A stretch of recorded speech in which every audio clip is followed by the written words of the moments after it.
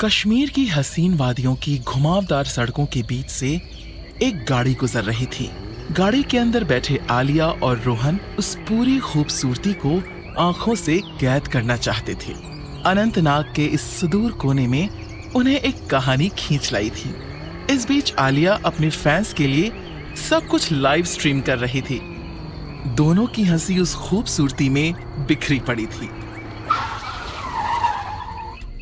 गाड़ी के अचानक से रुकने से आलिया और रोहन को झटका लगा। आलिया के हाथ से फोन छूटकर नीचे गिरने को था। दोनों की सांसें अचानक से ऊपर नीचे हो गईं। उन्होंने सामने देखा, एक सुअर सड़कों के बीचों बीच खड़ा था। आलिया के मन में आया कि ऐसे जानवरों का हाईवे के बीच में घूमते हुए निकल आना आम बात थी, लेकिन फिर भी कुछ तो अलग था। हमें वापस चलना होगा, ये अपशगुन है। हम इतनी दूर वापस जाने के लिए नहीं आए हैं। आलिया की आवाज में एक कड़ापन था। रोहन ने उसके हाथ को पकड़कर अपनेपन की गर्माहट से दबा दिया। उन्होंने जैसे तैसे करके ड्राइवर को मनाया। वो जरूरत से ज्यादा पैसों में मान गया। गाड़ी फिर चल उठी। बर्फ से ढकी उस सड़क पर जब गाड़ी सुअर के पास से गुजरी तो आलिया ने खिड़की से उस सुअर को देखा।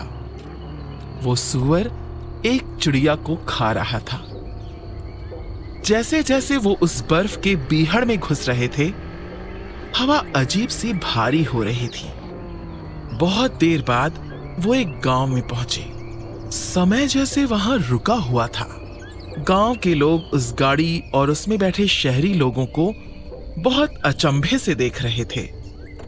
आलिया गाड़ी से उतरी और सीधे एक बूढ़ी औरत की तरफ बढ़ गई। सलाम, हम किसी ऐसे को ढूंढ रहे हैं जो पुराने तौर तरीकों को जानता हो।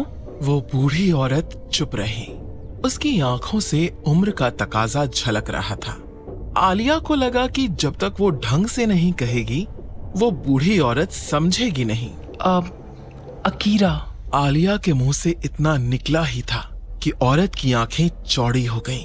वो अचानक से उठ खड़ी हुई। आलिया ने इसकी उम्मीद नहीं की थी कि एक बूढ़े शरीर में इतना उछाल होगा। वो औरत उनको झोपड़ी के पीछे ले गई।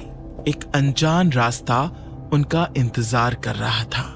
थोड़ी दूर चलकर एक और झोपड़ी दिखी। आलिया औरत के पीछे उस झोपड़ी के अंदर घुसी। अंदर एक और औरत थी, अधेड़ उम्र की।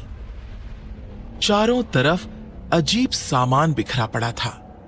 तरह तरह की हड्डियां, पंख, कांच के टुकड़े।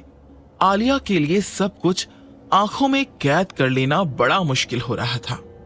और फिर उसकी नजर झोपड़ी के अंदर बैठे इंसानों पर पड़ी। एक छोटी लड़की, मुंह पूरा खुला हुआ था। दो आदमी उसके हाथों को मजबूती से पकड़े हुए। तभी उस अधेड़ उम्र की औरत ने पानी के एक लोटे में अपना हाथ भिगोया और उस लड़की के माथे पर रख दिया। उस औरत ने अजीब से कपड़े पहन रखे थे। अपना हाथ उसके माथे पर रखते ही उसने किसी दूसरी भाषा में कुछ बुदबुदाना शुरू कर दिया। ये सब क्या हो रहा है बॉस? लगता है यहाँ तो कुछ अलग ही खेल चल रहा है। यहाँ से तो एक नहीं, कई सारी स्टोरीज मिलेंगी। आलिया की हिम्मत नहीं हो रही थी कि वो एक पल के लिए भी अपनी पलकें झपका ले। मगर उससे भी बुरा हाल रोहन का था। उसने कसकर आलिया के हाथ को पकड़ा हुआ था। आलिया को उस पकड़ से दर्द होने लगा था, मगर फिर भी उसका पूरा ध्यान अपने सामने हो रहे तंत्र पर था। रोहन ने एक दो बार उसके हाथ को पीछे खींचने की कोशिश भी की, लेकिन आलिया जैसे किसी दूसरी दुनिया में पहुंच चुकी थी। ऐसा लग रहा था जैसे वो सम्मोहित हो चुकी है। कुछ था जो उसे रोक रहा था। जब रोहन ने देखा कि आलिया किसी भी कीमत पर वहां से हिल नहीं रही है, तो उसने आलिया का हाथ छोड़ा और झोपड़ी से बाहर आ गया। पता नहीं क्या हो गया है इस लड़की को। कहानी के चक्कर में ये खुद भी मरेगी और मुझे भी मरवाएगी। जब उस औरत ने अपना हाथ उस लड़की के माथे से हटाया तो देखा कि उसका हाथ भीगा हुआ था। उसकी अंगुलियां खून से सन चुकी थीं और उसके हाथों से खून टपक रहा था।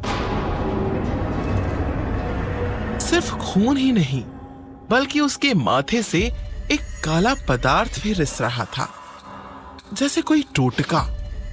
उस टोटके से ऐसी एनर्जी निकल रही थी कि झोपड़ी में अचानक से गर्माहट बढ़ गई। आलिया को वो गर्मी अपने जिस्म पर महसूस हो रही थी।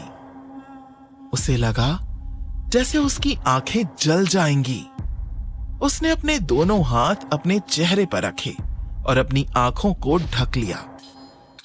उस औरत ने आलिया को ऐसा करते हुए देखा और मुस्कुराकर पूछा, तुम अकीरा के बारे में जानना चाहती हो? अकीरा का नाम सुनते ही आलिया के बदन में झुरझुरी उठ गई। उसने अपनी आंखों से हाथ हटाया और उस औरत की तरफ देखा। उस औरत की आंखें बंद थीं और उसके हाथ से अभी भी खून टपक रहा था।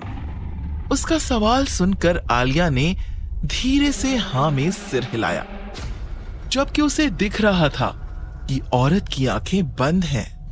हाँ। अचानक से उस औरत ने अपनी आंखें खोल ली। उसकी आंखों में एक अलग सी गहराई नजर आ रही थी। वो आंखें किसी को भी अपने वश में कर सकती थीं। बच्चे, कुछ कहानियां सुनने के लिए नहीं होती और ना ही कहने के लिए। उस औरत ने तुरंत अपने सीने से एक छोटा सा थैला निकाला और उस थैले में अपना हाथ डालकर बाहर निकाला तो उसके हाथ में काली रेत थी। उसने वो रेत भरी मुट्ठी आलिया के सामने बढ़ा दी। सच जानना है? हाँ। किसी भी कीमत पर? हाँ। एक बार फिर सोच ले, आसान नहीं होगा। जो भी इंसान अकीरा की कहानी सुन लेता है, अकीरा का साया, उसकी काली ताकतें उस इंसान को तब तक नहीं छोड़ती जब तक वो अपनी आखिरी सांस नहीं ले लेता। सोच लिया। इसके बाद जो कुछ भी होगा वो तेरी जिम्मेदारी होगी। ठीक है। तो ध्यान से सुन अकीरा की कहानी, शक्ति, धोखे और एक श्राप की कहानी। सदियों पुराना, समय से पुराना श्राप।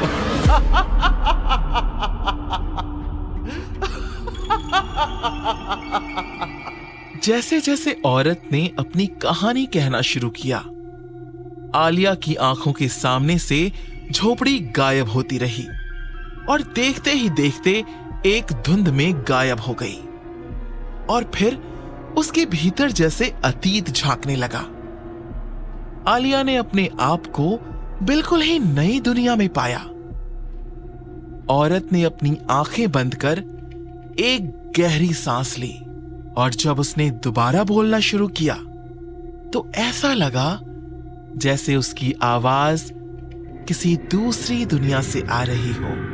कश्मीर की धुंध भरी वादियों में जहां सूरज की रोशनी कभी नहीं पहुंचती, ठंडी, नीरस, वहां एक औरत रहती थी, अकीरा। सब लोग उसे एक वैद्य के रूप में जानते थे। उसके पास हर मर्ज की दवा थी, लेकिन वो एक वैद्य से कहीं ऊपर थी।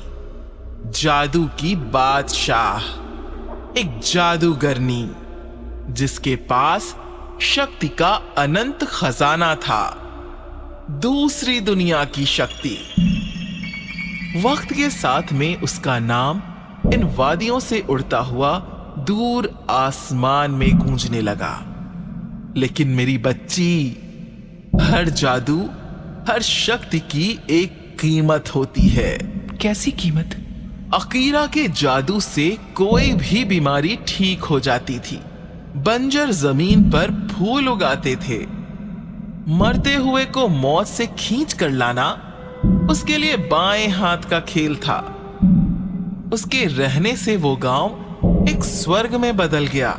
लेकिन वहां के बच्चे क्या हुआ बच्चों को? पैदा तो होते थे, पर कुछ था, उनके अंदर कुछ न कुछ कमी जरूर रहती थी। कोई कहता था कि वो बच्चे कुछ अजीब सी शक्ति रखते हैं, तो कोई कहता था कि उनके शरीर में पिशाच जैसी बात थी। जो भी हो, मगर अकीरा के जादू का कर्ज वो बच्चे उठा रहे थे। थोड़े ही दिनों में गांव में डर फैल गया और हंसती खेलती वादी शांत पड़ गई। गांव के बूढ़े और जवान जो पहले अकीरा के लिए हमेशा शुक्रगुजार रहते थे, वो अब उससे कतराने लगे। घरों में फुसफुसा कर बातें होने लगी।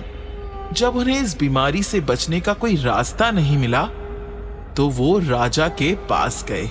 और वो राजा, क्या किया राजा ने? राजा को कुछ तो हुआ, पता नहीं क्या, लेकिन उसने अचानक से ऐलान करवा दिया कि जो कोई भी जादू करते हैं उन सबको खत्म कर दिया जाए। पूरी सेना अकीरा के गांव की तरफ चल पड़ी। लेकिन वो अकीरा थी, वो इतनी आसानी से खत्म कैसे होती?